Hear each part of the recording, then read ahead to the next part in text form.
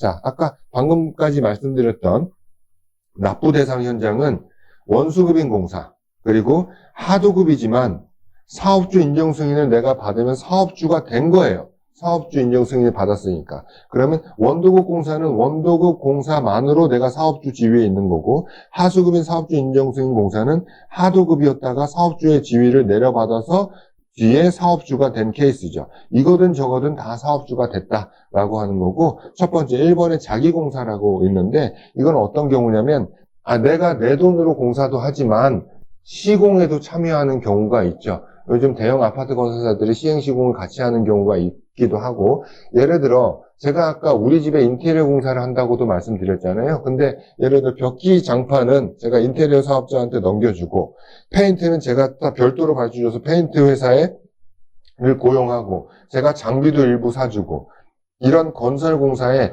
돈만 내고 예를 들어 이렇게 해주세요 라고 하고 끝나는 게 아니고, 공사에 직접적으로 관여했으면 이무영이 개인이라고 하더라도 제가 시행도 하면서 시공도 같이 한 걸로 판단이 돼버려요. 그럴 때는 제가 의뢰한 동네 지물포 아저씨는 내가 원수급인 그 아저씨가 하수급인이 되는 경우가 있다. 이걸 자기공사라고 한다. 이런 사례가 은근히 소규모 공사에서는 꽤 많다라고 하는 거 인지하시면 될 것 같습니다. 그리고 납부 제외는 하도급 공사 당연하겠죠. 그리고 원도급 공사 중 하수급인 사업주 인정 승인을 내려준 외주비라는 건데, 이건 아까 그림에서 말씀드렸다시피 발주자인데 원도급이 있고 하도급이 이렇게 있어요. 그래서 여기는 사업주 인정 승인을 줬어요. 그리고 여기는 미승인이에요. 원도급은 기본적으로 모든 보험료 책임을 갖게 되지만 사업주 승인을 내려줬기 때문에 얘만 빼고 원도급은 이만큼 책임져야 되니까 요거는 외주비 곱하기 29% 이런 거 할 필요 없죠. 이거는 빼놓고 계산을 해야 되는 거죠. 요거를 얘기하는 겁니다. 원도급 입장에서. 자, 다음. 이게 제일 어렵습니다. 이 페이지가. 여러분들 이 페이지 딱 한번 지금 쓱 읽어보시고, 맞아. 난 다 이해했어. 라고 하시면 솔직히 오늘 교육 들으실 필요 없어요. 이 페이지를 오늘 2시간 동안 얘기하는 거예요. 이 페이지를. 그래서 여기에 대한 개념을 지금까지 얘기한 거고, 여기에 대한 실무를 이 페이지 다음부터 이제 우리가 같이 얘기할 겁니다. 세부 내용을. 이 페이지 먼저 살펴보면, 자, 보시면 본사가 있고 현장이 있습니다. 본사에 산재 고용보험이 있고, 이걸 우리가 관리번호 0번의 고지서를 받게 되는 거고요. 현장 일과를 6번의 고지서에 우리가 작성을 해서 돈을 내게 되는 거겠죠. 그럼 본사에 산재보험이 있는데, 본사의 산재보험은 누구 걸 내는 거냐라고 했을 때, 근로자가 보시면 1번, 2번, 3번, 4번, 5, 6, 7, 8, 9, 10번까지 근로자가 있다고 합시다. 그러면 1번은 대표예요.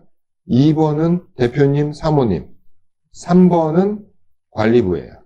5번은 공무부예요. 6, 7, 8, 9, 10 5명은 공사부예요. 자, 여기서 가장 먼저 해야 될 거는 근로자와 근로자가 아닌 사람을 구분하는 거예요. 우리 회사에는 1번부터 10번까지의 근로자가 있어요. 그럼 이 중에서 근로자가 아닌 자는 누굴까요? 대표자겠죠, 당연히. 그럼 사모님은 어떻게 될까요?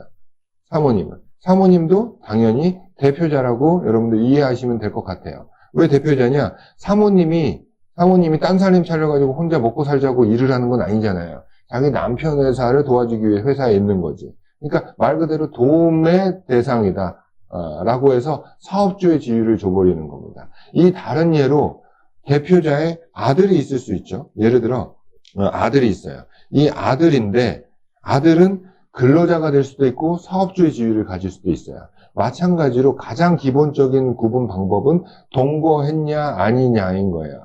이 아들이 아빠인 대표자와 같은 집에 살면서 결혼도 안 한 상태로 일만 하고 있다. 이거는 아빠 일을 도와주는 형태로 봐서 사업주로 보고요. 근데 아들이 결혼해서 독립해가지고 아들이 자기 식구 먹여 살리려고 일하면서 월급 받아서 생활하고 있다라고 한다면 이거는 아무리 부자지간이지만 독립된 지위로서 근로자의 지위를 갖는다라고 판단할 수도 있는 부분입니다. 그래서 동거친족이냐 아니냐를 기준으로 사업주 쪽이냐 근로자 쪽이냐를 판단하게 되는 겁니다. 그래서 이렇게 되면 3번부터가 근로자 지위를 갖는다. 이렇게 보시면 될 것 같습니다. 자, 그러면 본격적으로 본사의 산재보험을 산정해 보면 여기 보시면 본사의 본사의 산재보험은 내근직이라고만 되어 있습니다. 내근직. 그럼 3번부터 10번까지 중에 우리가 내외근직을 한번 구분해 볼까요? 여기서 관리부는요.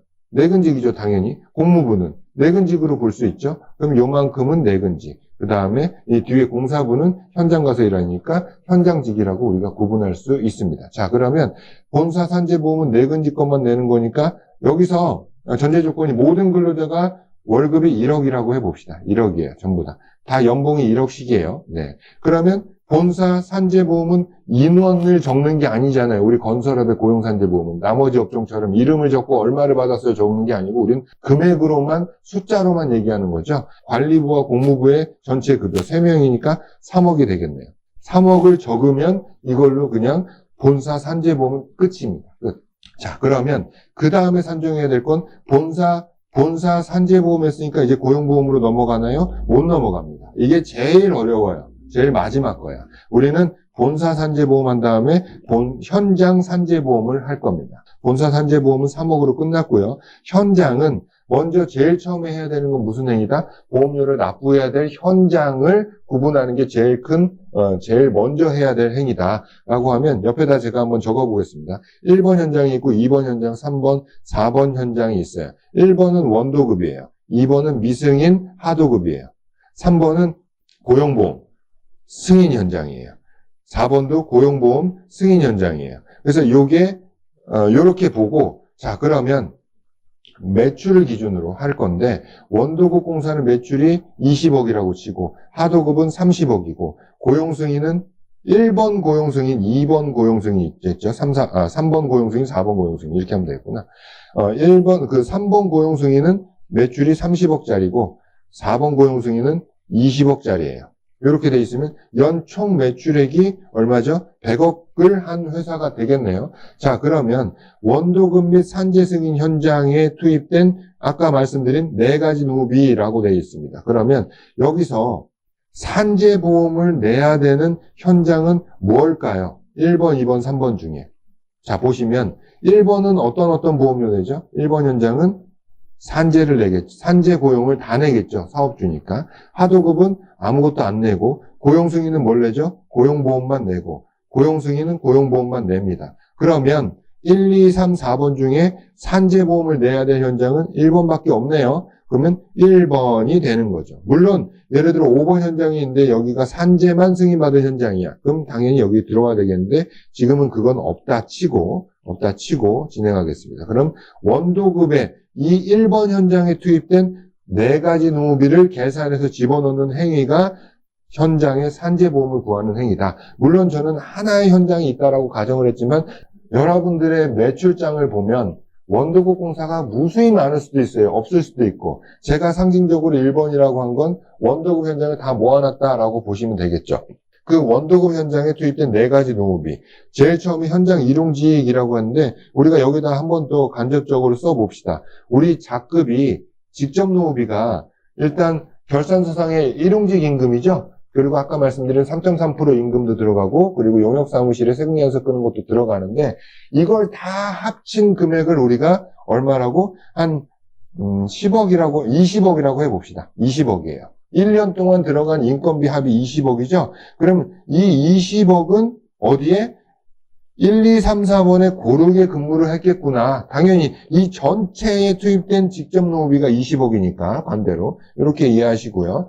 또 우리가 여기서 간접 노무비가 있죠. 두 번째. 간접 노무비는 뭐라고 했냐면 본사 상용직 근로자인데 주된 근무지가 어디? 현장인 분들.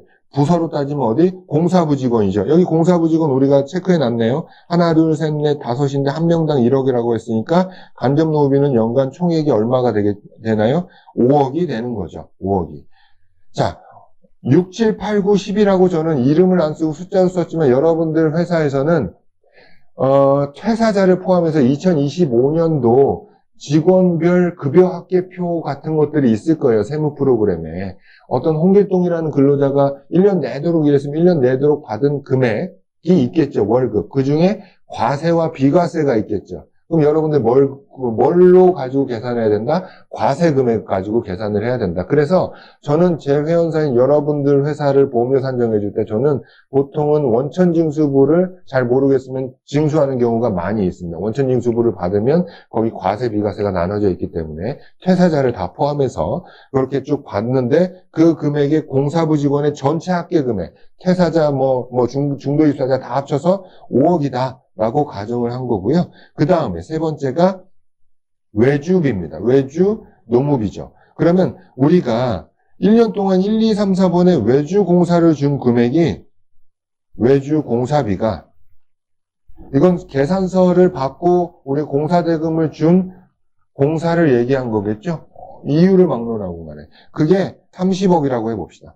30억의 외주 공사가 있었어요. 그러면 외주 노무비에는 얼마가 들어와야 되죠? 30억 곱하기 29% 해야 되는 거예요. 그래야 노무비로 바뀌죠. 공사비가 노무비로 바뀌어야 되죠. 그러면 3, 3은 9억 정도 되는데 여긴 계산하기 쉽게 외주 노무비로 계산한 게 10억이라고 그냥 우리끼리 계산하기 쉽게 그렇게 얘기를 한번 해봅시다. 외주 노무비가 10억이에요. 그럼 마지막으로 뭐냐? 장비 사용료죠. 우리가 건설장비 27종과 플러스 3종을 쓴 계산서 금액의 합계 금액이 얼마냐라고 했을 때 장비 노무비는 1억이라고 한번 해봅시다. 우리가 장비를 총 1억 썼어요. 물론 토공회사나 이런 데들은 장비가 어마어마하게 많기도 하겠고 인테리어 회사 같은 경우에는 장비가 거의 없기도 하겠죠. 근데 그냥 여기서는 1억이라고 해보기로 하는 거고요. 이때는 장비 노무비가 1억이라는 건 뭘 계산해서 1억이 된 걸까요? 예를 들어 장비대로 계산서를 끄는 금액이 있겠죠. 계산서를 끄는 금액이 있어요. 여기서 다시 두 가지로 나눠지겠죠. 뭘로 나눠지냐? 출력일을 확인할 수 있는 자료가 있는 경우가 있고 출력일을 확인할 수 없는 자료가 있는 경우가 있는데 여기서는 조금 이해를 빨리 하기 위해서 출력일을 확인할 수 없는 자료, 즉 그냥 계산서밖에 없다. 우리는 장비 쓴 거는 거래명세표, 출력일보, 작업일지 같은 거 없고 그냥 계산서만 받았어요 라고 가정을 해봅시다. 그러면 계산서 금액이 곱하기 하수금의 노후비율 29%를 한 금액이 1억이라는 뜻이에요. 이렇게 이해하시면 됩니다. 장비 노무비니까 장비대가 아니고 장비 노무비가 1억이다 라고 했을 때 원도급에 투입된 이 네 가지 노무비인데 이 네 가지 노무비는 어디에 투입된 거죠? 기본적으로 1, 2, 3, 4번 현장 1년 동안 총 전체의 인건비를 이 금액이라고 얘기를 하는 거죠. 그럼 이 금액 중에 여기에만 투입된 금액을 잘라내야 되는 거겠죠. 이건 전체 금액이니까 1, 2, 4번 전체. 그럼 보통 공단에서는 거의 99%의 확률로 계산법을 어떻게 가져가냐면 비율 산정법으로 가져갑니다. 즉 제가 아까 100억이라고 했어요. 매출이 100억이에요. 그럼 원도금 매출이 20억이에요. 아무것도 안 내는 하수급인이 30억, 고용승인이 20억, 2번 고용승인이 30억이라고 했습니다. 이거를 다시 우리는 어떻게 계산할 줄 알아야 되냐면 이렇게 계산할 줄 알아야 돼요. 산재와 고용보험의 매출 비율이라고 합니다. 그러면 전체 모수가 되는 금액은 100억이 되는 거예요. 100억에 산재에 해당하는 매출, 이 100억 중에 산재보험료를 내야 되는 현장의 비율은 몇 프로를 차지하고 있을까요? 원도급은 산재, 고용 다 내죠. 이거는 산재보험 안 내죠. 산재보험 안 내죠. 산재보험 안 내죠. 산재보험을 내는 건 1번밖에 없다. 1번은 몇 억? 20억. 얼마에? 100억에 20억이니까 비율로 나타내면 몇 프로가 되는 거죠? 20%. 그쵸? 이거 이해하셔야지 뒤에 것도 이해합니다. 전체 매출이 100억이었고, 원도급만 산재보험을 내는 현장이었어요. 그러니까, 산재보험을 내는 현장은 20억이구나. 20억은 100억 중에 20%를 차지하는구나. 자, 그럼 반대로 고용보험이 차지하는 매출 비율은 뭘까요? 다시 살펴보면 원도급 고용보험 냅니까? 냅니다. 산재고용 다 내니까 당연히 고용도 들어가고. 그러면 여기는 미승인 하도급이니까 고용이든 산재든 아무것도 안 내고 이거는 고용을 승인받은 하도급이니까 고용보험 내죠. 4번은 고용보험 내죠. 그러면 얘도 고용보험, 얘도 고용보험, 얘도 고용보험 내네요. 매출의 합계 금액이 얼마죠? 20억 더하기 30억 더하기 20억이니까 얼마? 70억이네요. 70억. 그럼 70억은 여기서 말하는 100억에 70억이니까 몇 프로를 차지한다? 70%를 차지한다. 라고 얘기할 수 있어요. 즉, 전체 매출의 기준으로 해서 매출액 기준으로 한 산재보험 비율과 고용보험이 차지하는 비율 이렇게 얘기를 합니다. 그러면 산재가 20%, 고용이 70%가 나온 거예요. 이거를 제껴두고 이거는 1년 동안 총 투입된 노무비니까 이 중에서 20억 중, 직접 노무비부터 해봅시다. 20억 중에서 여기 투입된 거를 알 수 있을 수도 있지만 거의 대부분 현장별로 여러분들이 원가환분 명세서, 즉 일용직 하나하나마다 현장별로 세무 정리를 해놓고 매출장, 매입장을 전부 다 현장별 코드를 걸어놓지 않는 이상은 현장별로 이 계산서 금액이 안 나온다는 말이에요. 공사원가 명세서가 현장별로 없는 회사가 훨씬 더 많고 있다 하더라도 완벽히 다 뿌려지진 않아요. 완벽히 다 현장별 코드를 계산서를 전부 다 걸어놓지 못한다고. 그럴 때는 100% 비율안분법을 써야 돼요. 지금 우리가 하고 있는 거. 그럼 비율안분법에 따르면 이 20억은 1, 2, 3, 4번 모든 현장에 투입된 직접 노무비이기 때문에 이 중에 원도급 현장에만 투입된 건 산재보험 요율을 곱해버리면 된다. 20%를 곱하면 된다. 그러면 다시 20억을 곱하기 20% 하면 얼마? 직접 노무비는 얼마가 되죠? 2는 4니까 4억이 되는 거고. 현장 근무 상용직은 5억입니다. 5억인데 이 5억 중에 원도급이 차지하는 비율은 20%니까 2, 50, 1억이 되겠죠. 당연히. 그리고 외주 노무비는 여기는 20%니까 또 똑같이 2억이 되겠고, 그리고 장비 노무비는 20%니까 2천만 원이 되겠네요. 0.2가 되겠네요. 그러면 이걸 다 합쳐보자고. 이러면 5억, 7억, 7.2억. 7.2억이 되죠? 이게 바로 이 숫자를 고스란히 여러분이 보험료 보수총회 신고서에 이 금액을 적어놓으면 현장 산재보험료도 끝이다. 이게 다다. 이렇게 이해하시면 될 것 같아요. 그러면 이로써 현장 산재보험은 끝난 거예요. 생각보다 간단하죠. 그러면 현장의 산재보험이 끝났으니 현장의 고용보험으로 넘어가 볼까요? 현장의 고용보험으로. 현장의 고용보험은 말 그대로 여기서 보여지는 현장 중에 고용보험은 뭐 내야 되지부터 시작하는 거예요. 1번 원도급이니까 이건 산재고용 다 내야 되니까 당연히 1번 들어와야 되는구나. 여기 1번. 그리고 2번은 이건 아무것도 안 내는 거야. 3번은 고용보험을 승인받았네. 내가 보험료 내야 되네. 3번. 그리고 4번은 4번도 고용보험 승인받았네. 4번이 해당되는 거고, 이 1, 3, 4번에 투입된 4가지 노무비긴 한데 요거와 요거가 이쪽과 이쪽이 굉장히 틀리죠? 첫 번째 이유는 뭐냐면 장비대입니다. 장비대는 고용보험 낸다고 했어요? 안 낸다고 했어요? 3월 달에. 전혀 안 낸다고 했어요. 그러니까 넘어올 여지가 없다라고 미리 말씀을 드렸으니까 장비 노무비는 빠진다. 그리고 또 없는 게 뭐죠? 현장 근무 상용직이 없죠. 근데 이 현장 근무 상용직은 아예 없어지는 게 아니고 이거는 일로 넘어와서 여기서 계산을 합니다. 계산은 똑같이 해요. 위에 것들하고. 계산이 완료가 되면 이 위로 올립니다.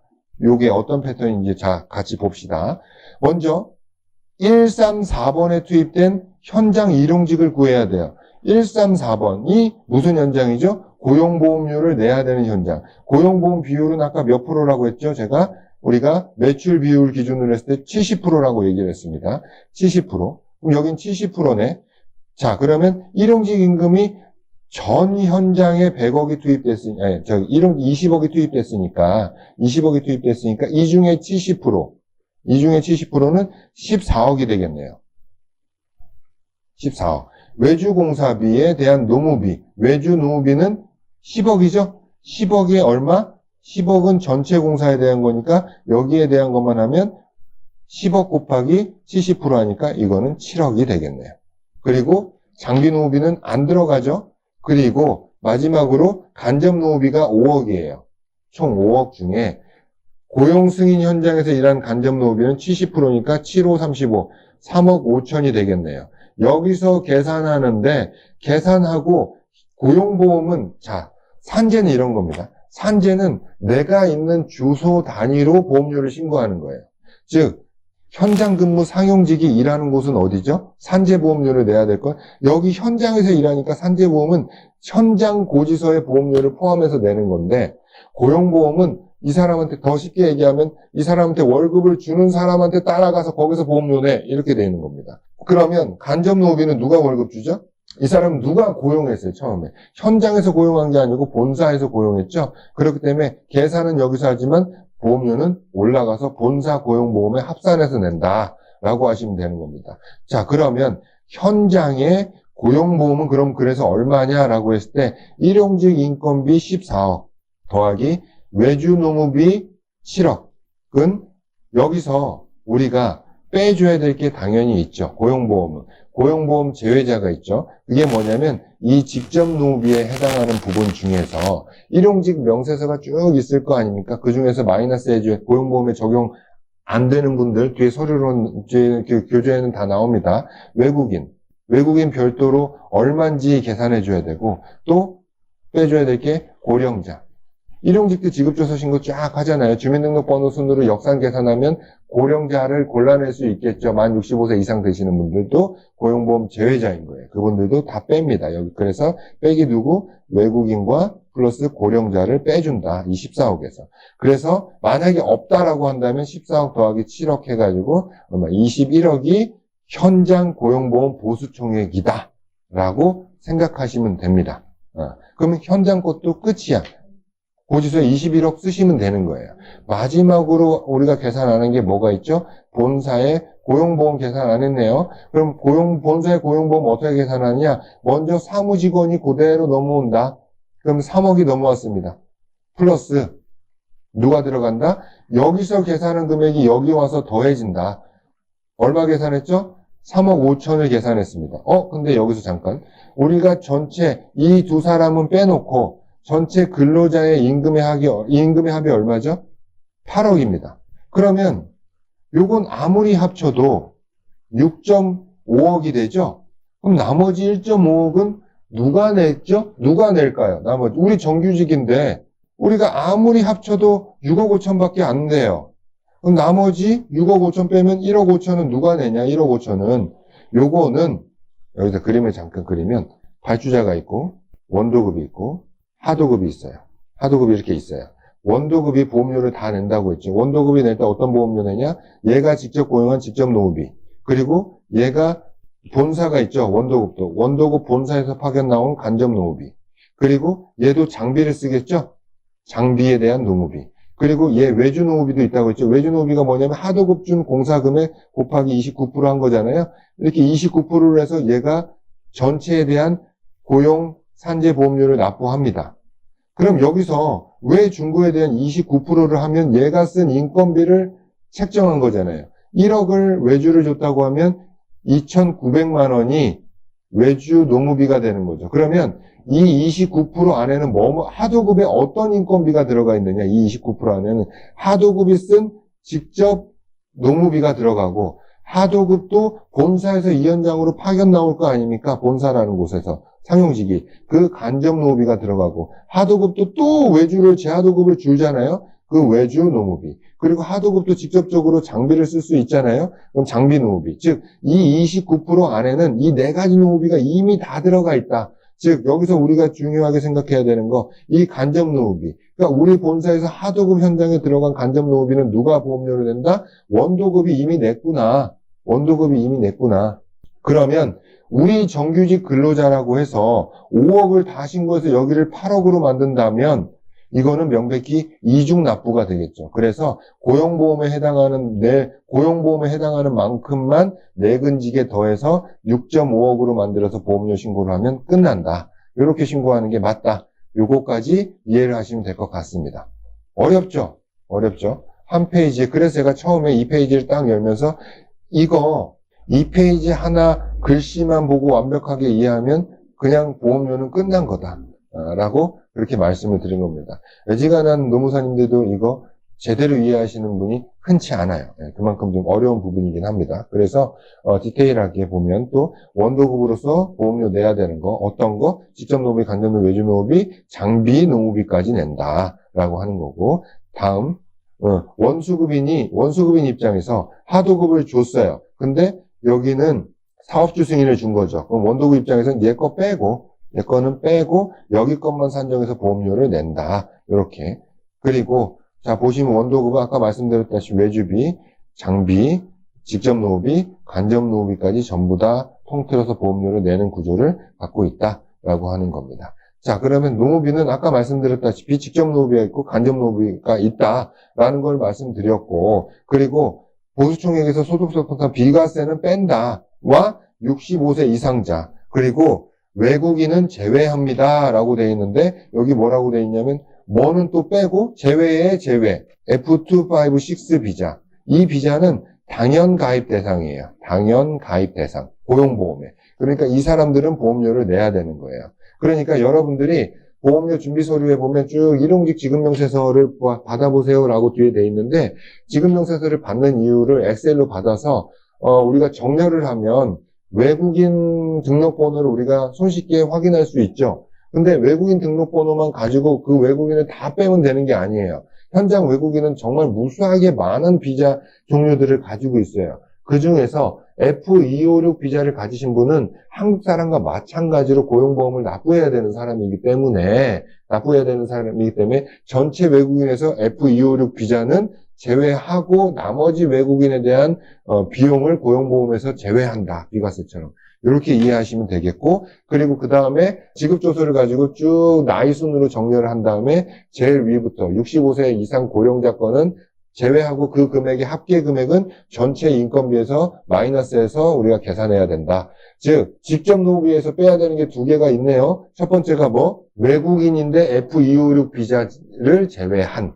두 번째는 고령자. 이렇게 빼면 됩니다. 외주노후비라는 건 뭐냐면 여태까지 말씀을 드렸지만 가장 큰 차이점은 뭐냐면 둘 다 계산서라고 해봅시다. 이게 계산서예요. 계산서인데 외주비라는 건 뭐냐면 공사비라는 뜻이겠고 노무비로만 이루어진 계산서는 뭐가 있다? 용역사무실에서 용역에서 끄는 계산서에는 노무비로만 이루어져 있죠. 그렇기 때문에 이 용역사무실은 인건비처럼 100%가 반영되는 거고 공사비에는 재료비, 노무비, 경비가 섞여 있기 때문에 이 중에 노무비만 발췌해내는 작업이 뭐다? 29%를 곱해주는 작업이다. 이렇게 이해하시면 될 것 같습니다. 자, 다음 장비 사용료인데 이건 한번 쭉쭉쭉 그냥 디테일하게 여러분들이 궁금해하시는 것 같아서 그냥 넣어놓은 거니까 한번 읽어보시면 되겠고 외국인에 대한 거 F256은 당연히 가입 대상이다. 라는 거. 나머지 거는 외국인에 대한 건 조금, F4에 대한 건데, 요게 있어요. 요거는 제가 고용산재 보험에 대한 건 아니지만 여러분들께 설명드리고 넘어가야 되는데, F4 비자 현장에서 쓰시려면 여러분들 여태까지 저는 그렇게 말했었어요. 현장에서 F4 비자 마음대로 쓰셔도 아무도 뭐라고 안 그래요. 제발 걱정하지 말고 F4 비자 쓰세요. F256 비자는 당연히 써도 되는 건데 F4는 왜 그렇게 겁내하세요? 써도 됩니다. 자격증 없어도 돼요. 그냥 써요. 라고 했는데 되게 불안해 하시더라고. 왜? 단순 노무 행위를 하면 안 된다며요. 라고 하는 것 때문에. 이거에 대해서 뭐 할 말은 많지만 각설하고 이것 때문에 겁먹으셨던 분들에 대한 희소식. 지금 고시가 나왔습니다. 2026년 2월 2일부로 시행되는 고시예요. 법무부 장관 고시인데 2월 2일이면 열흘 전이죠. 열흘 전에 시행된 고시인데 이 고시 내용이 뭐냐. 단순 노무직이 삭제됐다. 즉 건설 현장에서는 단순 노무직도 일해도 된다. 라는 겁니다. 그래서 그 내용 한번 참고하시라고 제가 넣어놨습니다. 그래서 비자에 대한 거 한번 이제 외국인이 나온 김에 한번 보셔라 라고 하는 의미에서 자료를 쭉 해놨습니다. 3.3%는 무조건 근로자다라고 제가 목놓아 얘기했죠. 그거에 대한 내용입니다. 이제 노무제공자 특수형태 근로자가 나왔어요. 장비에 대한 거. 노무제공자는 이 설명은 제가 아까 드린 거니까 한번 이 페이지는 읽어보세요. 한번 고용보험, 산재보험인데 여기도 한번 보시고 제가 여러분들께 이제 설명드리고자 하는 건 요 부분을 가지고 우리가 이제 얘기를 나눠보면 될 것 같아요. 단, 그 전에 첫 번째 말씀드릴 게 노무제공자. 라고 하면 고용보험이 있고 산재보험이 있어요. 3월 달에는 뭐만 한다? 산재만 한다. 고용은 안 한다. 그럼 고용은 도대체 어떻게 돼요? 라고 물어보시는 분들 때문에 간략하게 1, 2분에 걸쳐 설명드리면 노무제공자 고용보험은 이런 개념이에요. 우리가 누군가한테 고용이 돼 있는 사람은 누가 고용보험 실업급여 신고를 해주나요? 실업급여 신고를 누가 해주죠? 사용자가 해주겠죠. 저도 국제온누리노법인 직원으로 등록돼 있지 않아요. 전 누가 신고해줘요, 고용보험 신고를. 우리 법인이 해주겠죠, 법인이라는 사람이 해주겠죠. 그런 것처럼 근로내역 신고는 회사가 해주면 돼요. 근데, 코로나를 지나면서 어려운 형편에 있는 사람을 발견해서 누군가 그냥 나는 혈혈단신 혼자 일하는데 코로나 때 일이 없으면 실업급여도 못 받는 사람이 있어요. 누가 신고도 못 해주고. 그 사람이 누구냐?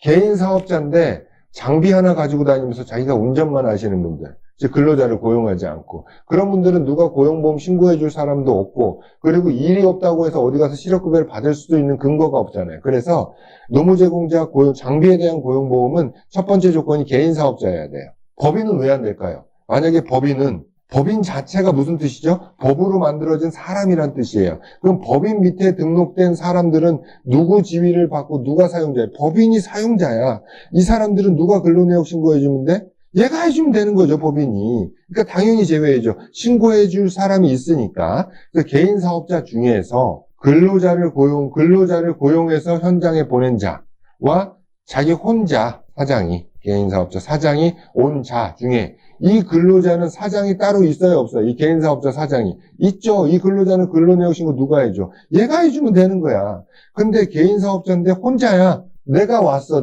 제가 이무영이가 사장인데 나 혼자 왔어. 내가 일해. 근데 일이 없어. 난 실업급여 누가 신고해? 안 해줘. 그래서 노무제공제 고용보험은 이 사람만 해주면 돼요. 이 사람만.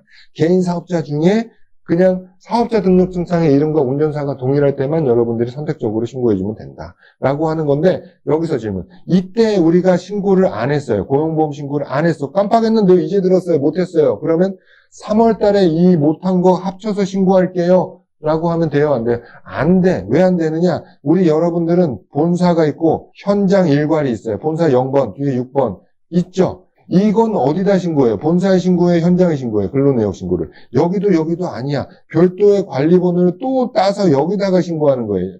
여기다가. 그런데 지금 3월에는 요것만 한다. 보험료 신고를. 이렇게 이해하시면 됩니다. 즉 정리하면 3월에는 현장 노무제공자 산재보험만 한다. 이렇게 이해하시면 되고, 그럼 산재보험료는 뭐 개인, 법인 뭐 이런 거 안 가린다. 무조건, 장비면 무조건 신고한다. 법인이든 개인이든 뭐든 간에 다 신고하는데, 다만 신고하는 방법이 두 가지로 나눠진다. 그 첫 번째가 노무제공자 근로일수로 산정하는 방법. 요걸로 A 방법이 있고 B 방법이 있습니다. 첫 번째 방법은 뭐냐면 우리가 장비를 썼어요. 근데 이 장비에 대해서 출력일을 객관적으로 확인할 수 있어. 며칠 일했습니다. 그럼 일수를 확인할 수 있다라는 거잖아요. 일수를 확인할 수 있으면 이 일수에다 곱하기 뭘 하냐? 93,766원. 이게 뭐냐면 노무제공자 건설기계조종사 일보수가 93,766원이에요. 그래서 93766을 곱하면 돼요. 그래서 보수총액을 신고하면 되고, 근데 우리는 장비를 쓸 때 계산서 말고 아무것도 받은 게 없어. 계산서 한 장 딸랑 있어. 라고 하시면 일수가 아니고 계산서 공급가액에 곱하기 하수급의 노무 비율은 29%를 곱한 금액을 보수총액으로 신고하시면 된다. 라고 하시는 거예요. 그래서 계산법이 두 개다. 라고 하는 건데 여기서 또 이런 게 있죠. 우리가 장비를 1번, 2번, 3번을 썼어요. 근데 1번은 거래 명세표가 날짜별로 다 있어서 A 방법을 여기 B 방법을 쓸 수 있어요. 근데 이거 2번, 3번은 계산서만 있어요. 그렇기 때문에 이 B 방법, 날짜 곱하기 93,000 하는 걸 쓸 수 없어. 그럼 이건 곱하기 29%한 A 방법을 쓰겠죠. 그럼 각각 계산법이 다르네요. 그죠? 다르죠? 이렇게 각각 다른 계산법으로 계산서마다 계산해도 된다. 이렇게 하는 게 맞다. 근데 다만 계산법이 같은 것끼리 합친다. B 방법으로 계산한 방법 다 합치고 A 방법으로 계산하는 거 합쳐서 나중에 신고할 때는 이게 보험료 신고서죠. 산재는 근로자가 있고 노무제공자가 있어요. B 방법이 뭐였죠? 일수 곱하기 93,766원이었죠. 이렇게 계산한 것들의 합계 금액은 여기다 씁니다. 노무제공자에다가. 그러면 일수가 없어서 공급가액 곱하기 29%한 금액은 어디다 쓰냐? 이거는 일반 노무비와 합쳐서 여기다가 같이 덮어서 쓴다. 이렇게 이해하시면 노무제공자가 이렇게 계산하면 여기다 쓰세요 라고 하는 의미에서 만들어진 칸이다 라고 이해하시면 될 것 같습니다.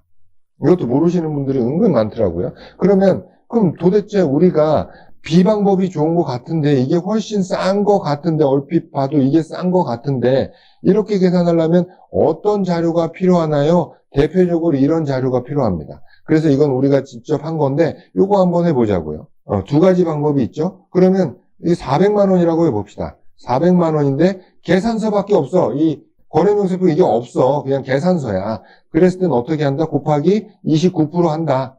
계산하기 쉽게 30%라고 한다면 이게 120만 원 정도 되겠죠. 보수총액이. 이 계산서 한 장이 인건비가 120만 원 된다는 뜻인데, 여기 보니까 출력일이 27일 날, 21일 날, 22일 날 온 게 날짜가 명확하네? 라고 했을 땐 이건 며칠을 온 거죠? 3일을 온 거예요. 3일 곱하기 얼마 하라고 그랬냐? 93,766원 하라고 그랬죠? 그러면 얘 우리 계산하기 쉽게 그냥 9만 원이라고 해봅시다. 뒤에 거 계산하기 힘드니까. 3927 얼마?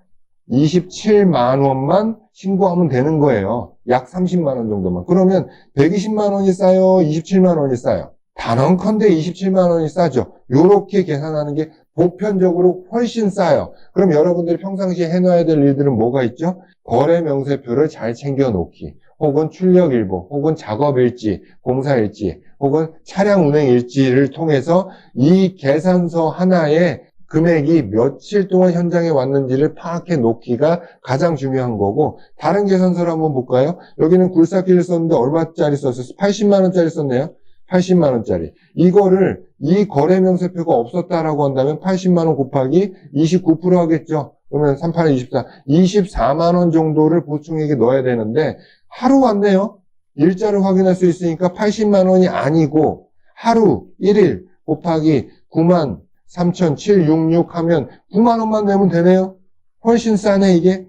이렇게 계산이 된다. 다만 날짜로 계산하시려면 뭐가 필요하다? 외부에 나 혼자 생각하면 될 일이 아니고 누가 보더라도 입증 가능한 날짜가 나와 있는 거래 명세표나 혹은 운행일지 같은 것들, 날짜를 확인할 수 있는 자료가 반드시 필요하다. 이렇게 이해하시면 될 것 같습니다. 자, 우리가 보험료를 잘 낸다고 하는 것은 어떤 기준에 맞춰야 되느냐? 그냥 여태까지 설명했던 것들은 그 전형적인 교과서상 내용이에요. 그런 것들을 기준으로 산정한다? 잘못했다라고 얘기할 수는 없겠지만, 정말 잘하는 건 조사가 나왔을 때 근로복지공단하고 차이가 거의 없어야 돼. 거의 없어야 되는 거.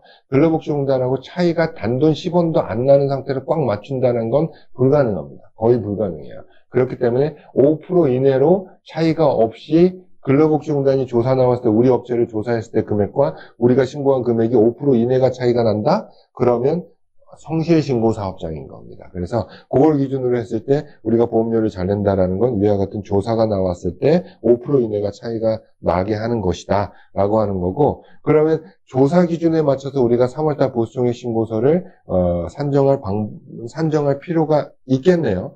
그러니까 우리가 3월달 보수총액 신고를 계산할 땐 조사의 기준에 맞출 필요가 있구나, 이렇게 반증할 수도 있는 거겠죠. 조사는 이런 식으로 나오는데 이걸 다른 말로 우리가 3월달에 필요한 서류로 풀어보면 위와 같은 파일이 필요합니다. 그래서 첫 번째는 어느 정도 마무리된 결산 내역. 그러니까 결산이 완전히 끝날 필요가 없습니다. 왜냐하면 결산이 끝났다는 건 여러분들 나름대로 어떤 계정에 대해서 이건 외주비예요, 이건 재료비예요, 이건 어떤 계정이에요, 이걸 넣고 있는 거지, 우리가 프로그램상의 매입 자료, 매출 자료 혹은 인건비 자료를 다 넣는 건 1월이면 다 입력이 다 완료가 된 거예요. 그래서 저희 회원사분들은 지금도 자료를 저희한테 다 보내주고 계세요.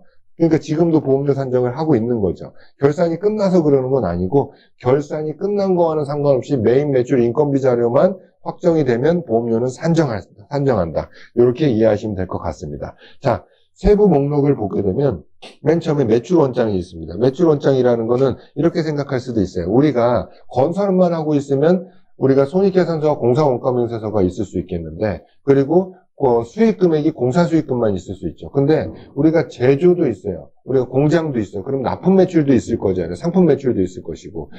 그러면 우리 원가명세서상의 손익계산서의 수입이 공사 수입도 있고, 제품 수입도 있겠죠. 그리고 공사원가명세서도 있고, 제조원가명세서도 있겠죠. 근데 일단은 전부 다 매출 원장을 다 준비해 주세요. 매출 원장을 다 준비해 주셔야 되는 거고, 두 번째, 매입 원장 전체입니다. 여러분들이 뭘 외주비에 넣고 뭘 재료비에 넣고 이런 거는 지금 안 하시는 거예요. 지금은 근로복지공단처럼 계산서 끄는 거의 전부에 대해서 공단의 시각으로 이건 외주비다, 이건 재료비다, 이건 아무것도 아니다를 판단하려면 전 계정에 대한 전체 내용을 보는 게 중요합니다. 여러분들 나름대로 냉정하게 생각하면 여러분도 다 답은 알고 계실 거예요. 근데 다만 여러분들이 외주비인 것 같은데 넣기 싫어하는 거, 재료비로 넣고, 외주비인 것 같은데 다른 계정에 넣고, 이런 것들을 여러분들이 처음 보험료 산정할 때 배제하고, FM 보험료를 산정하기 위해선 전체 매입장, 전체 계정별 원장이 필요하다라고 하는 거고, 간혹 가다가 이제 매입과 매출 인건비 자료를 현장별로 잘 정리하신 분들이 있어요. 그러면 현장별 원가 명세서를 준비하시면 되는 거고요. 이분들은 매입과 매출 원장을 뽑으실 때, 옆에 설정창에 들어가시면 현장명이 있어요. 계정별 원장 뽑으실 때 현장명 박스 안에 체크해 주셔서 계정별 원장을 뽑으시면 현장명들이 다 이제 출력돼서 같이 나옵니다. 그게 이제 필요합니다. 그리고 상용 근로자의 급여네요. 저 같은 경우에 원천징수부 전체 근로자분을 받지만 여러분들은 굳이 그것까지 받을 필요 없이 뭐만 하면 되냐면 연간 근로자별 급여 합계 금액만 알고 계시면 됩니다. 그 금액을 정리해서 가지고 계시면 되는 거고요. 그 다음에 일용직 급여 지급 내역이라고 해가지고 세무사 사무실에 일용직 급여 지급 내역을 주민등록번호 뒷자리까지 다 나오게 해서 엑셀로 주세요. 1년 동안의 거 그렇게 말씀하시면 엑셀로 된 지급조서 신고한 파일이 쭉 올 겁니다. 그걸 가지고 아까 전에 말씀드렸던 외국인과 고령자를 골라내는 작업을 해야 되기 때문에 일용직 신고 내역도 국세청 신고 내역도 필요하다. 그래서 기본적으로는 요 정도의 서류가 필요하겠다라고 여러분들 준비해 주시면 될 것 같고요. 자, 그 다음에 준비 서류가 이제 국세청 자료 외에는 요 자료가 이제 유일무이하게 추가로 더 필요한데 전문 건설일 경우에는 모든 공사가 다 섞여 있죠. 원도급 공사가 있을 수 있고 하도급 공사가 있을 수 있고 하도급 중에서 고용 승인이 있을 수 있고 산재 승인이 있을 수 있고 고용 산재 다승인 받은 경우가 있을 수 있고 그리고 또 재하도급도 있을 수 있죠. 이런 것 중에서 내가 보험료를 내야 될 현장의 목록을 확인하는 작업이죠. 이 중에 전문건설이 보험료를 내야 될 현장은 원도급과 고용승인, 산재승인, 고산승인 이 현장을 골라내는 작업을 하기 위해서 사업개시 현황을 조회해야 된다라는 거고, 다음 종합건설 입장에서는 우리 현장이 거의 다 원도급으로만 이루어져 있는데 전부 다 매입장 보면 외주비가 있겠죠. 외주비 중에 어떤 현장은 사업주 승인을 줬어, 어떤 현장은 안 줬어, 어떤 현장을 줬어, 이런 현장이 있겠죠. 그러면 사업주 승인을 준 현장은 이 현장이 어떤 거래처의 어떤 현장인지를 여러분들이 알고 있어야 외주비에서 그 금액은 제외하고 29%를 곱하겠죠. 그냥 외주비 전체의 29%를 곱하면 기껏 외주비에 대해서 고용보험, 산재보험, 사업주 승인을 내려줘 놓고도 돈도 얘네한테 줘놓고 보험료는 우리가 또 포함해서 내는 결과가 있을 수 있기 때문에 그렇습니다. 그래서 공단은 조사는 이런 경우로 나온다라는 거 한번 보시면 되겠고요. 아까 제가 하도급 현장 기준으로 제일 복잡한 거니까 이건 원도급은 조회할 필요도 없습니다. 어차피 종합건설사는 전부 다 원도급이니까 전문건설 중에서도 우리는 원도급 공사만 해. 사업주 승인 같은 거 안 받아라고 하시면 이 행위는 안 하셔도 돼요. 공단 토탈 서비스 들어가셔서 정보조회 누르시고 보험료 조회, 정보조회 그리고 사업개시 현황 조회를 누르시면 이와 같은 화면이 나오는데 아무것도 제발 만지지 마시고 여기 달력 있다고 달력 체크해서 2025년 1월 1일 이거 하시면 큰일 납니다. 만지지 마세요. 왜냐면 2025년 1월 1일이라고 해놓으면 어떻게 되냐면 2024년, 2025년, 2026년이 있는데 공사는 모든 공사가 이렇게 끝나지 않아요. 이렇게 시작해서 그냥 이렇게 막 이런 식으로 막 되죠. 모든 공사 공기를 보면 그럼 여기다 2025년 1월 1일을 넣으면 딱 여기서 시작하는 것만 나옵니다. 즉 요것도 보험료 내야 되고 요것도 내야 되는데 요건 안 나와버려요. 왜?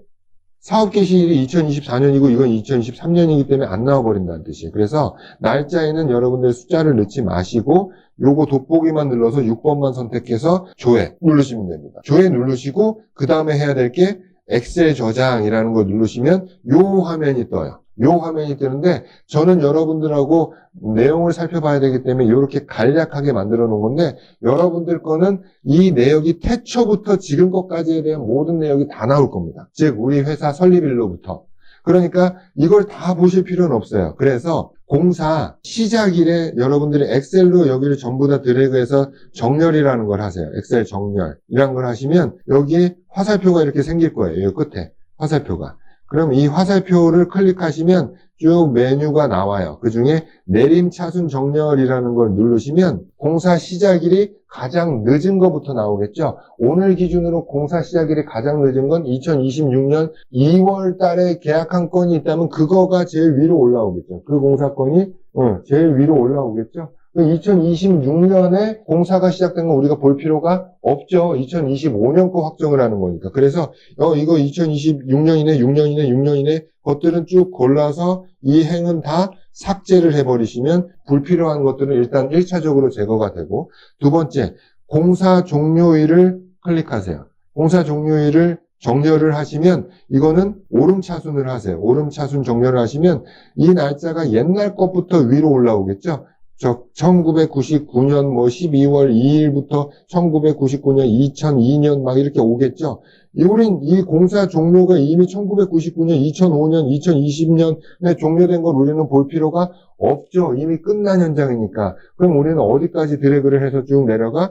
2025년 1월 1일 이전의 거는 공사가 끝난 거니까 볼 필요가 없으니까 여러분들은 2024년에 공사가 끝난 것까지 쭉 드래그하면 돼요. 근데 저는 그렇습니다. 2024년 12월 31일까지 끝난 거를 다 삭제하는 게 아니고 저는 24년 10월 이전 것만 삭제합니다. 왜냐하면 여러분들도 실수로 공기는 2024년 12월까지라고 돼 있는데 공사가 밀려가지고 우리 매출장의 기성은 1월 달에 2026년 1월에 2월에 들어오는 건이 있을 수 있어요. 근데 이거를 삭제해버리면 매출장을 봤을 때 이 매출이 어디에 해당하는지를 알 수가 없어. 그래서 저는 2024년 그 4, 4분기 것까지는 좀 남겨놓는 편이에요, 저는. 이렇게 하셔도 되고, 여러분들 자신 있으면 2024년 12월 31일자로 자르셔도 그거는 상관없다. 이렇게 딱 자르다 보면 이 안에 뭐만 들어오죠? 2025년에 했던 공사명들만 쭉 들어올 겁니다. 그러면 여기서 여러분들이 종합건설이라고 하면 이 행위를 할 필요가 없다고 했습니다. 여기 전부 다 X가 돼 있겠죠, 이쪽에. 이 뜻은 뭐냐면 하수급인 사업주 승인을 안 받았는데 X라는 건 내가 했다라는 뜻이야. 즉 원도급이라는 뜻입니다. X라는 건. 그런데 저는 X는 여러분들 신뢰하지 말라고 얘기합니다. 왜냐하면 말 그대로 내가 한 신고거든요. 그럼 내가 한 신고는 내가 원도급이라는 뜻이에요. 근데 내가 원도급인 걸 정말 빼놓지 않고 철저하게 다 했느냐? 안 그런 회사들도 많이 있더라. 그러면 내가 원도급인 건 어디서 내가 골라내야 되냐? 원도급 공사했던 것들. 고용산재 보험료 다 내야 되는 거. 그거는 매출장을 보시고 여러분들이 매출장의 거래처를 보시면 이거 내가 원도급 맞네. 얘가 발주처였네. 라고 그걸 보시는 게 한눈에 더 알아보실 수 있을 거예요. 그래서 원도급은 신뢰하지 마시고 정말 신뢰하셔야 되는 건 전문건설 하도급인데 여기 동그라미 쳐져 있는 거 있죠? 이거는 내가 신고한 걸까요? 아니면 우리 원청이 나를 신고해 준 걸까요? 내가 하도급 지위에 있지만 우리 원청이 정해진 서류를 가지고 공단에 승인 신청을 해서 나를 신고해 준 거예요. 그게 하도급이지만 얘네는 사업주 지위에 있어서 보험료 내야 됩니다. 라고 하는 것들이 동그라미로 나열이 돼 있다. 이렇게 이해하시면 됩니다. 그래서 아까 그렇게 정렬을 하고 이 내용을 보신 다음에 저는 이 다음에 뭘 하냐면 여기 발주자명에 이 동그라미는 다 비어 있을 거예요. 여기가. 그럼 여기다가 저는 어떤 행위를 하냐면 여기다가 원수급인 명을 건설사 이름을 여기다 적어요. 예를 들어 H건설, 뭐 대림건설, 뭐 포스코건설 이런 것들을 여기다 적습니다. 건설사 이름을. 쭉 내려가면서 다 적어요. 헷갈리지 않으려면 지금 이 방법밖에 없더라고요. 다 적은 다음에 다시 발주자명으로 정렬을 해요. 그러면 여러분들이 제가 뭐 H건설이라고 얘기했지만 H건설이 1년에 공사 하나만 한 건 아니잖아요. 뭐 예를 들어 7개 정도 했다라고 하면 여기 하나, 여기 하나, 여기 하나 이렇게 공사가 이렇게 분포가 돼 있겠죠. 그거를 발주자명으로 정렬하면 그냥 H건설, 뭐 대림건설, 포스코건설 이렇게 눈에 보기 쉽게 정렬이 돼요. 그럼 그렇게 놔둬놓고 우리가 이런 건설사한테 하도급 받은 게 고용보험 승인 받은 거구나라고 한눈에 볼 수 있는 거고 우리 매출장에서 이 현장을 찾기가 굉장히 수월하겠죠. 왜냐하면 여러분들이 매출장을 봤을 때 이게 매출장인데 매출장을 봤을 때 이 적요란에 현장명을 디테일하게 남겨놓는 업체가 있는가 반면에 이 적요란에 그냥 저처럼 공사대금이라고만 적어놓는 회사가 있어요.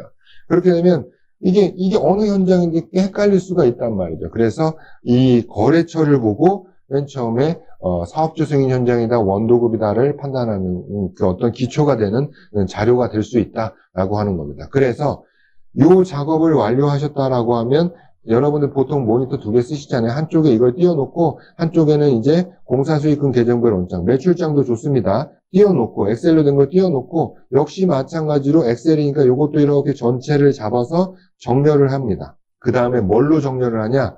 거래처 기준으로 정렬을 하면 같은 거래처끼리 정렬이 되겠죠. 그러면 같은 거래처끼리 이렇게 정렬이 됩니다. 이름순으로.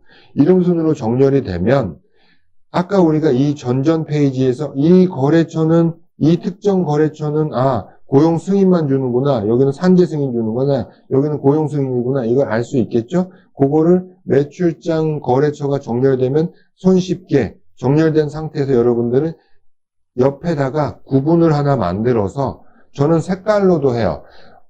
이 거래처와 공사명을 보고 이거 원도급이다 그러면은 노란색. 예를 들어, 노란색. 그리고 거래처별로 정리했을 때, 이거 아무것도 안 내는 현장이네 그러면 파란색.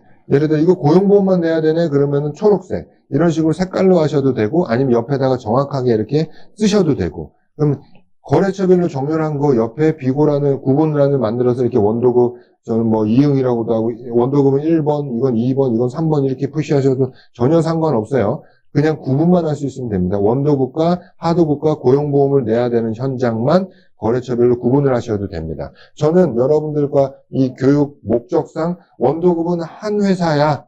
그리고 고용승인 내는 건 고용승인 건설 하나밖에 없어. 라고 하지만 여러분들은 뭐 현대 삼성엔지니어링, 대림 뭐 이렇게 여러 가지가 있을 수 있겠죠. 그렇지만 그 수많은 현장이 전부 다 뭘로 표시된다? 고용승인 하도급으로 표시가 되겠죠. 비고란에는. 자, 그렇게 원도급, 미승인, 고용승인의 체크 여러분의 방법을 해주셨으면 다시 구분을 정렬해서 내림차순 정렬이나 오름차순 정렬을 하면 원도급이 쭉 흩어졌던 게 하나로 뭉치고 고용승인이 하나로 쭉 뭉치겠죠. 지금 화면에 보이시는 것처럼.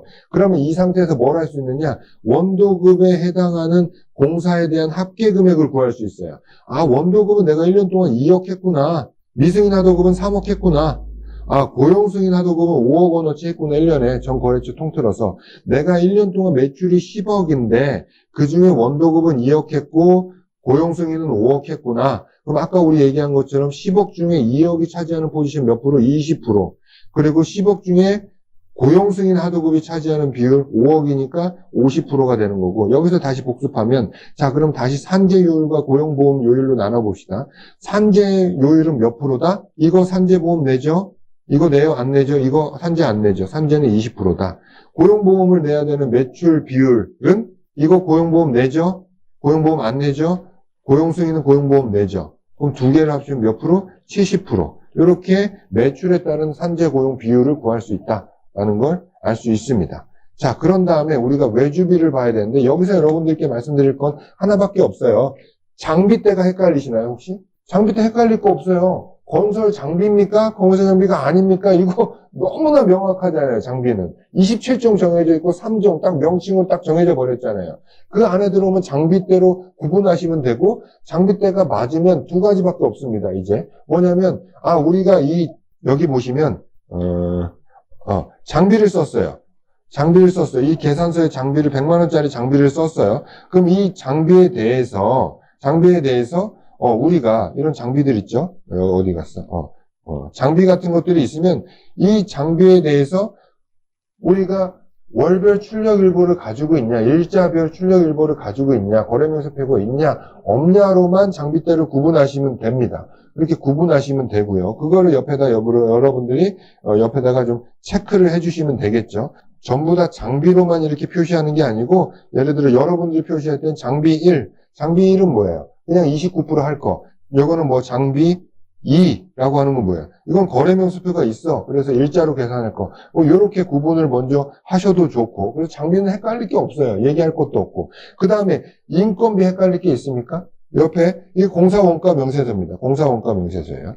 공사원가 명세서 일단은 여기는 임금이 있고 작급이 있네요. 작급이 일용직 금액이라는 거겠죠? 일단 일용직 금액 40억 기준에다가 여러분들 거래명세표 있잖아요. 여러분들 회사의 매입장을 여기 보시면 특징이 재료비, 지급수수료, 원재료비, 장비비, 지급수수료 뭐 이렇게 계정에 구분 없이 일렬로 나열되어 있죠. 계정을 합쳐서 매입장도 그렇게 돼 있죠. 그렇게 돼 있어서 여기서 여러분들이 이 세금계산서는 용역사무실하고 계산서를 끄는 거예요. 그럼 여기는 노무비라고 쓰시면 되겠고 뭐 이것도 용역사무실 거예요. 그럼 노무비 이렇게 체크를 해주시면 돼요.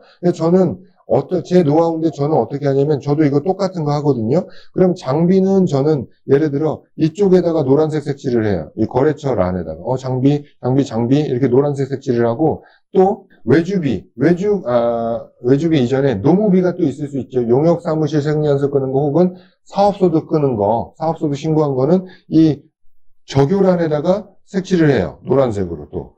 그럼 같은 노란색이지만 여기 노란색 된 거, 여기 노란색 된 거, 여기 노란색 된 건 뭐라고 했죠? 장비고 여기 노란색 된 건 인건비라고 했죠? 인건비라고 했고 또 외주공사비를 골라낼 때는 또 어디다 노란색 색칠해? 이 금액에다가 또 노란색 이렇게 색칠을 해요. 그러면 여기에 색칠된 건 외주비라는 뜻이 되겠죠. 저는 그런 식으로 구분을 하는데 옆에다가 이렇게 글씨로 써도 되고 저처럼 색깔로 해도 되고 그건 아무 상관없는데 여기서 중요한 건 여러분들도 계정별 원장을 한 줄로 쫙 세우 전체 매입장을 보시고 처음에 해야 될 게 뭐냐면 여기 거래처에 보면 여기 화살표 있죠. 정렬인데 이걸 누르면 내림차순, 오름차순 정렬을 할 수 있어요. 그 내림차순 정렬을 하면 같은 거래처끼리 묶이겠죠. 여기 또 이제 지금 그런 의미입니다. 여기서부터 여기까지가 같은 거래처예요. 근데 다만 이건 재료비에 넣고 이건 지급수수료에 넣었다. 뭐 이런 뜻이 되겠고 이게 또 얘가 좋은 게 이런 거죠. 자 보시면 이런 것도 그럴 수 있고 원재료비, 국제온누리건설이 있고 여기 국제온누리건설이 있네요. 그런데 이 건설회사잖아요. 건설회사. 그리고 여기 또 국제온누리건설이 있죠. 요거 한번 보시고 이걸 제가 보여드리는 이유가 뭐냐면 요거를 정렬하면 국제온누리건설은 원래는 지금 이렇게 떨어져 있지만 여기로 정렬하면 국제온누리건설이 위로 쭉 모이겠죠. 그러면 여기는 국제온누리건설이 지금 폐기물 처리비도 들어가 있고 외주가공비도 들어가 있고 막 이렇게 들어가 있을 거 아닙니까? 들어가 있을 거 아니에요. 그러면 예를 들면 이것만 국제온누리건설만 놓고 보면 외주비의 이 거래처는 이게 외주비입니다. 이게 외주비예요. 외주비에 국제온누리건설이 있어요. 그러면 폐기물 처리비에도 있고 예를 들어 재료비에도 국제온누리건설이 있어요. 이런 식으로. 지금 이건 예를 들기 위해서 이렇게 돼 있는 건데 그러면 이렇게 한 거래처가 외주비에 걸쳐져 있으면 공단은 어떻게 판단하냐면요. 이걸 보시면 이건 공단이 쓰는 건데 외주비 계정과 동일하면 전부 다 외주비를 추정을 합니다. 그러니까 같은 거래처가 외주비도 있고 재료비도 있다. 여러분들 그런 거 많이 하시더라고요. 여러분들이 계정 분리를 하실 때 여러분들은 보통 적요를 기준으로 이건 재료비, 이건 외주비 이렇게 하시잖아요. 근데 근로복지공단은 적요를 보기도 보지만 가장 중요하게 보는 건 이 여러분들의 거래처가 뭘 하는 회사인지예요. 뭘 하는 회사인지. 그래서 조사를 받을 때 보면 여러분들 거래처의 사업자 등록번호를 기재해서 제출을 합니다. 그러면 근로복지공단은 이 사업자 등록번호를 통해서 업태와 종목을 다 일일이 조회를 합니다. 그러면 여러분들 거래처에 업태 종목을 조회했을 때 도매가 있을 수도 있고 뭐 이렇게 통신이 있을 수도 있고 건설이 있을 수도 있어요. 이렇게 건설이. 그러면 건설이 들어가 있으면 아무리 그 계정이 재료비에 들어가 있다 하더라도 이거는 외주비로 공단은 판단을 한다. 이렇게 얘기를 하는 거고요. 그리고 여기서 더 중요한 건 예를 들어 아까 말씀드린 것처럼 이게 국제라고 해봅시다. 이 두 건이 국제라고 해보자고요. 국제. 이것도 국제. 근데 재료비에 들어가 있었는데 또 국제건설이라는 데가 이 똑같은 데가 외주비에도 하나 있었어요. 여기는 지금 외주비 계정이 없는데 외주비 계정에도 국제건설이 있었어요. 그럼 생각을 해보자고요. 이 국제건설에 예를 들어 여기 뭐 700만 원이 적혀 있다라고 한다면 이 국제건설은 뭘 가지고 공사를 했을까요? 외주비에 있으니까 이거는 건설을 했다라는 행위를 한 거잖아요. 그럼 얘가 어떤 자재를 가지고 공사를 했을까요? 당연히 여기 재료비에 있는 같은 거래처에 있는 국제건설로 되어 있는 이 자재를 갖다가 이 돈으로 시공을 한 거겠죠. 그러면 여태까지 계속 말씀드렸지만 공사라는 건 재료비, 노무비, 경비가 합쳐진 걸 우리는 공사라고 해요. 그럼 여긴 끼키야 노무비가 들어가 있는 거고 여기 재료비, 경비가 들어가 있다라고 판단할 수 있는 거잖아요. 그래서 근로복지공단도 바보가 아니기 때문에 같은 거래처가 이렇게 외주비와 타 계정에 나눠져 있으면 이거는 다 전부 다 외주비로 봐버려요. 그래서 아예 이거는 공단이 직접 조사하는 서류인데 외주비와 동일한 업체냐를 판단하는 항목이 아예 따로 있어요. 근로복지공단 조사 항목에 보면. 그래서 여러분들은 좀 스마트하게 하시려면 아예 3월 달에 결산도 하시고 보험료 신고도 하셔야 되는데 먼저 여러분들이 결산 때 참고하셔야 될 내용은 어떤 거냐면 여러분들이 그 3월 달에 결산할 때 참고하실 내용이 뭐냐면 근로복지공단은 이 적요 하나하나를 따져서 건설업체, 그러니까 외주업체를 골라내는 게 아니고 거래처를 통으로 잡아낸다. 한 거래처가 외주비면 그 거래처가 거래했던 대부분의 거는 특별한 사정이 없는 한 전부 다 외주비로 다 발췌를 한다라고 하는 거가 기준입니다. 그래서 여러분들도 계정 분리를 하실 때는 예를 들어 가장 답답한 게 그런 거죠. 엘리베이터 같은 거 금액이 크잖아요. 그래서 이런 것들을 어디다 넣어놓습니까, 여러분들? 재료비에 넣어놓잖아요. 근데 엘리베이터는 곧 죽었다 깨어나도 이건 외주비예요, 외주비. 예, 그래서 그냥 엘리베이터 회사는 전체를 다 묶어가지고 외주비에 넣어놓으시고, 그리고 뭐가 있죠? 공조기 같은 것들. 공조기 같은 것도 여러분들 입증하시기 힘들잖아요. 그런 것도 그냥 여러분들이 개인적으로 판단하시기에 우리 거래처가 국제건설이라는 데가 있는데, 국제상사라는 데가 있는데, 여기는 진짜 업태 종목만 봐도 건설을 하는 회사고, 그리고 내용을 봐도 시공을 한 게 확실해. 도망갈 구멍이 없어. 이 회사에서 뭘 재료비를 구했다라고 할 게 없어. 나중에 조사를 기준으로. 그러면 이 국제 상사 거는 전부 다 묶어가지고, 어디로?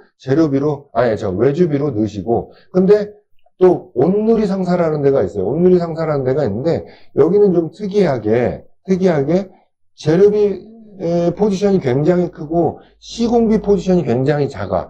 제일 좋은 건 온누리 상사는 업태와 종목을 보니까 제조업도 있어. 예를 들어. 제조업도 있고, 예를 들면 도매업도 있어요. 근데 실질적으로 보니까, 내용을 보니까 설치비가 굉장히 미비하게 인건비가 들어가 있지, 대부분이 재료비로 구성되어 있어.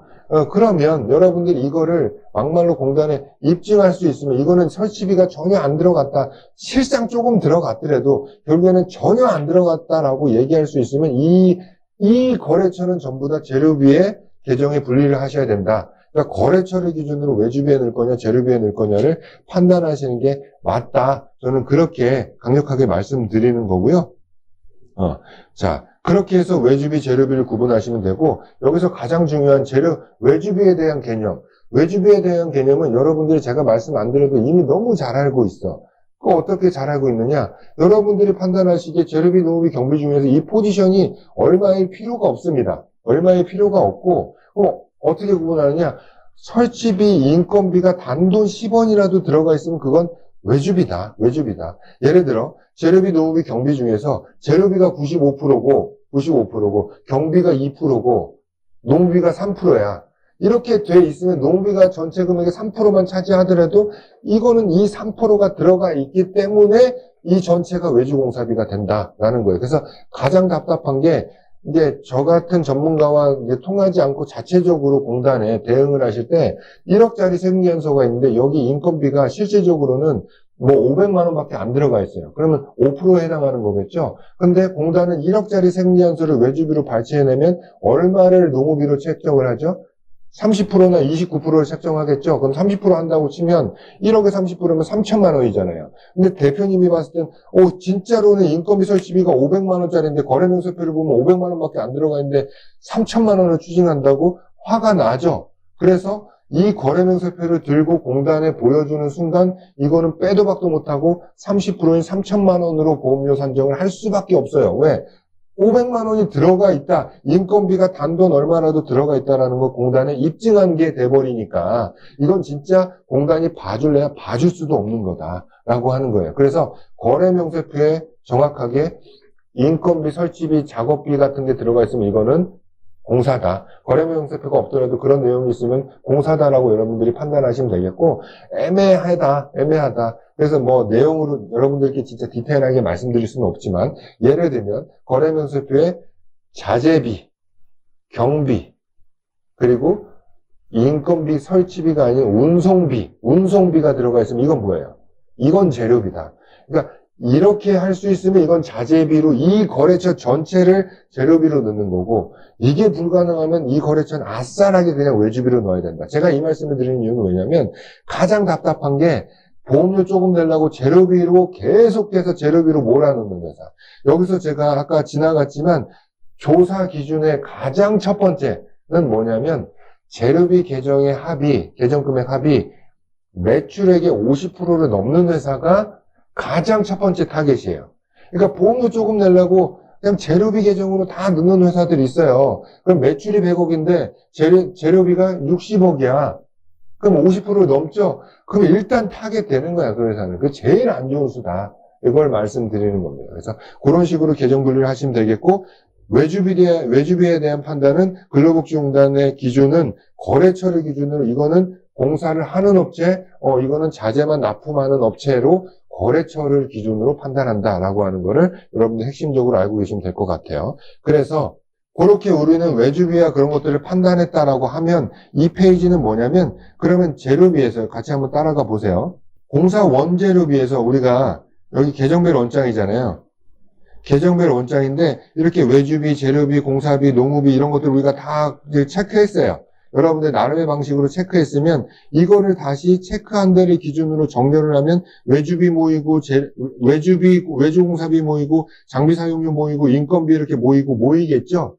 그럼 모이면 각각의 외주비에 대한 합계금액, 재료비에 대한 합계금액 이렇게 구할 수도 있고 혹은 원재료비에서 발제한 원재료비에서 걸러낸 인건비와 외주공사비, 장비 사용료를 발췌할 수도 있어요. 그거를 이렇게 표로 나타낸 겁니다. 그래서 여기는 재료비 안에, 재료비 30억 안에 인건비성 자료가 2억이 있었다라는 건 무슨 뜻이죠? 재료비에 용역 세금 계산서가 2억이 있었다. 합계금액이. 그리고 재료비 안에 외주공사비가 13억이 있었다.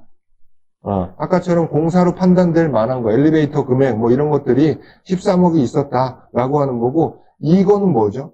13억을, 이거는 공사비죠. 계산서 금액인데, 공급가액인데, 이거를 29%한 금액이 이제 외주 농우비가 되는 겁니다. 그래서 요거를 29%한 금액.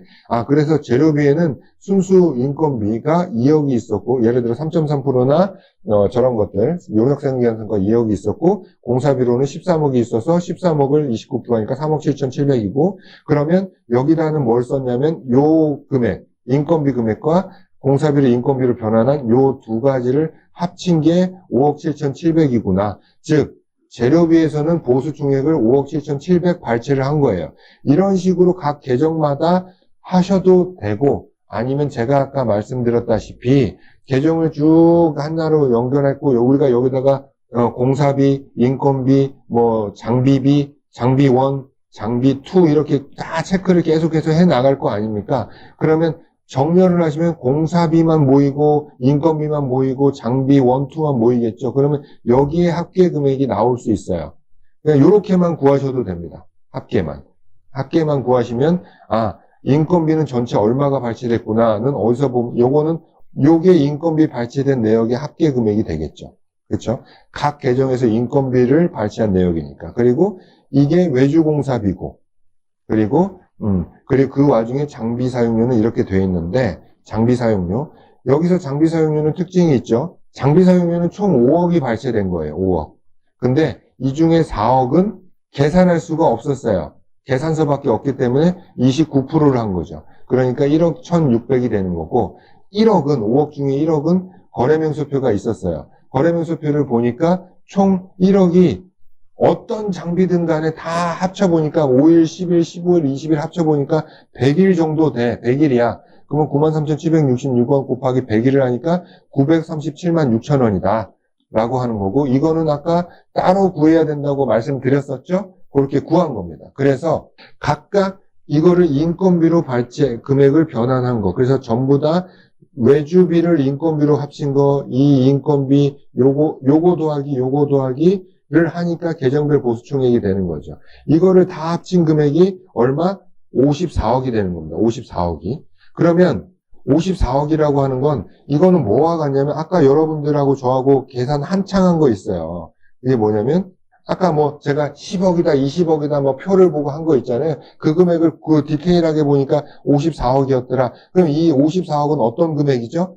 1년간 전체 우리 공사에 대한 전체 매출 공사에 대한 모든 매입장 중에 인건비가 54억이라는 뜻입니다. 54억.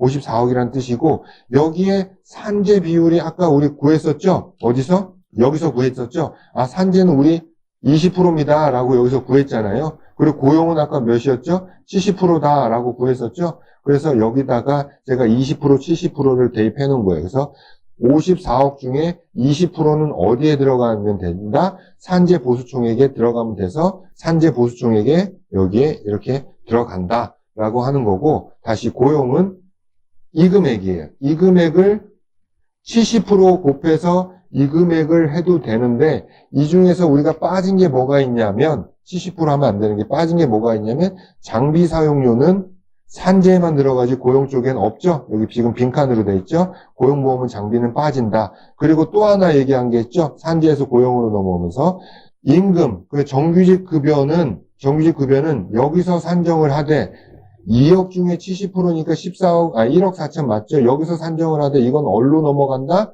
본사로 넘어가고 여기선 빠진다. 그래서 이 장비대를 뺀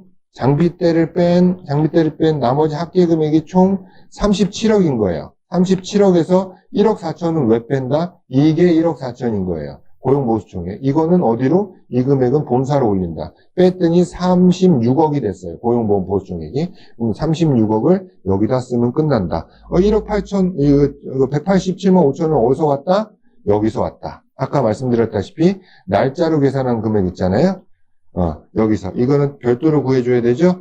전체가 1억이 전체 현장에 대한 날짜로 계산할 수 있는 어떤 장비에 대한 계산서 금액이고 이거를 100일로 곱하니까 100일 곱하기 93,000원 하니까 930만 원이 되고 930만 원은 전 현장에 대한 거니까 원도급 현장에 투입된 거 20%를 곱해줬더니 180만 원이 된 거예요. 930만 원 곱하기 20% 하니까. 그러면 이 금액을 여기다 적어주면 된다. 이게 고용산재 보수총액의 처음과 끝이다. 이렇게만 적어놓으면 여러분들은 현장 고용산재 보험료를 다 끝낸 거다. 그럼 여기서 마지막으로 한 가지 설명드릴게. 여러분들 가장 안쓰러운 게 뭐냐면 여기 인원수 채워놓는 업체들 있죠. 근로내역 신고 막 뒤져가지고 여기다 뭐 127명 뭐 이렇게 적어놓는 거 있는데 이거 베테랑들은 이거 빈칸으로 놔두지 아무것도 채우지 않습니다. 여러분들. 그거 하나. 이거 채우느라고 여러분들 고생 안 하셔도 된다.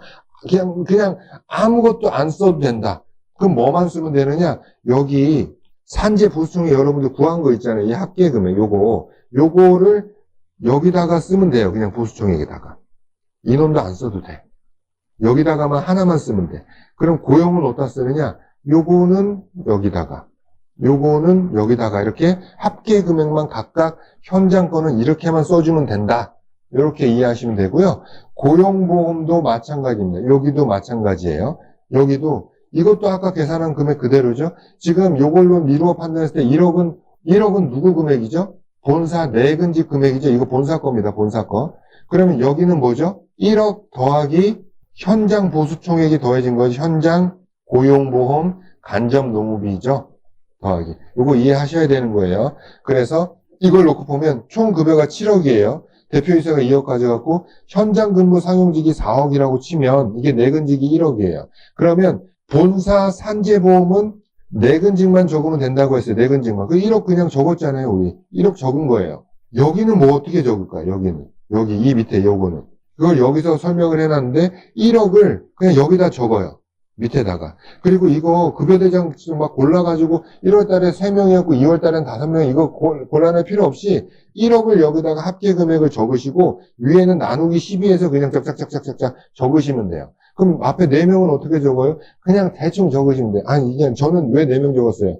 800이니까 4명 정도 일했겠지. 그냥 적은 거고 3명 적어도 되고 2명 적어도 이건 아무 소용 없습니다. 보지도 않아요. 그냥 본사 거는 적어야 되니까 그냥 이렇게 요식행위로 적으시면 됩니다. 그냥 제 전문가라는 놈 입에서 뭐 요식행위란 말이 나와서 좀 그런데 진짜 그렇게 하는 게 FM이니까 이렇게 따라 하시면 되고요. 그러면 본사 고용보험은 어떻게 적느냐? 당연하죠. 간단하죠? 1억 곱하기 아까 70%라고 했죠? 현장 근무 사용직이 4억이에요. 4억 곱하기 70% 하면 2억 8천이죠? 2억 8천하고 1억하고 더하면 얼마죠? 3억 8천이죠? 3억 8천 밑에다가 적고 나누기 12 하면 되는데 여기는 왜 3억 8천 아니에요?